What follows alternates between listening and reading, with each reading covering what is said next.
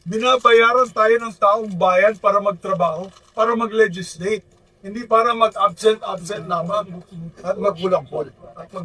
Every day, ang Senate sumagastos ng 25 million. Kuryente, utilities, sweldo, pero walang session nangyari.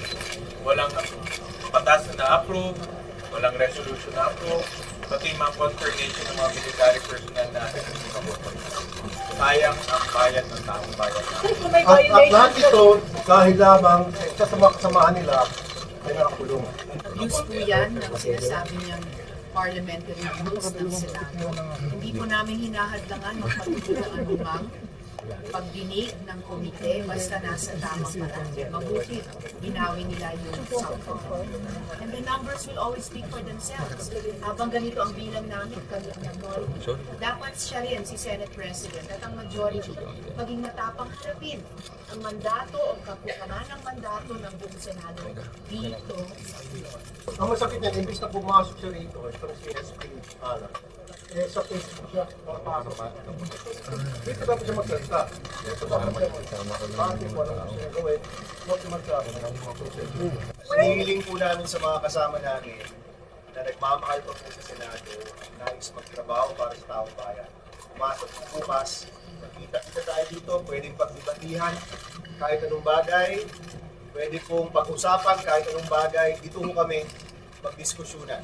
Dahil nandito po tayo para magtrabaho. Hinihikayan po namin lahat ng kasama namin na nagmamahal pa dito po sa Senado, pumasok tayo bukas, magtrabaho tayo para sa tao.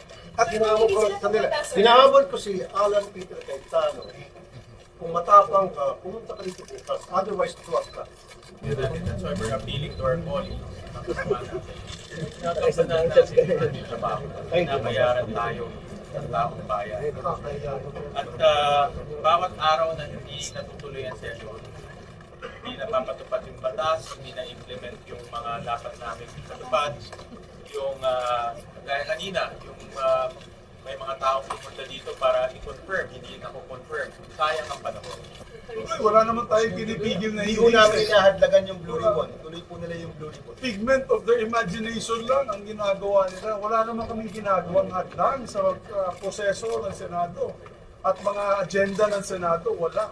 Yung sinasabing Senate independence, ako'y naniniwala, is actually, sa dami na nilalabag rules ng Senado, it's actually impunity masquerading as assertion of the Senate as an independent institution.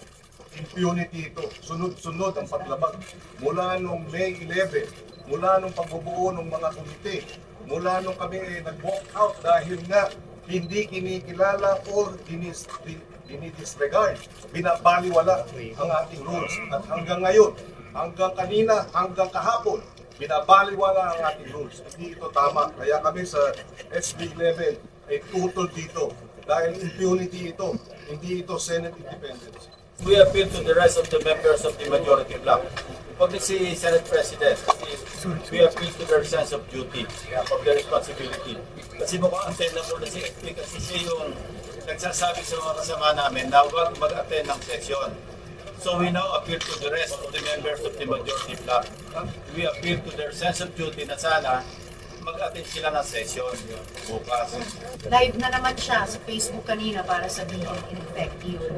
At maling-mali pa yung sinabi na kahapon na let the Senate go quiet. Ang Senado ay dapat boses ng mamamayan. Bakit niya bubusalan? Kung bubusalan niya, hindi niya bibigyang daan yung boses ng Senado alang-alang sa mamamayan, talagang hindi na siya karapat-dapat mangunod. Ito, at what price? Ang pinoprotektahan lang yung Senate Presidency, power, position. Kaya nag-apel kami sa isa bang samahan namin sa majority bloc. Ano bang price para sa inyo? Sa tingin namin wala eh. Tingin namin makikisama lang sila kay Senate President kay Rano. Sir, are you also appealing to the majority na lumipat sa invite kasi? Yes.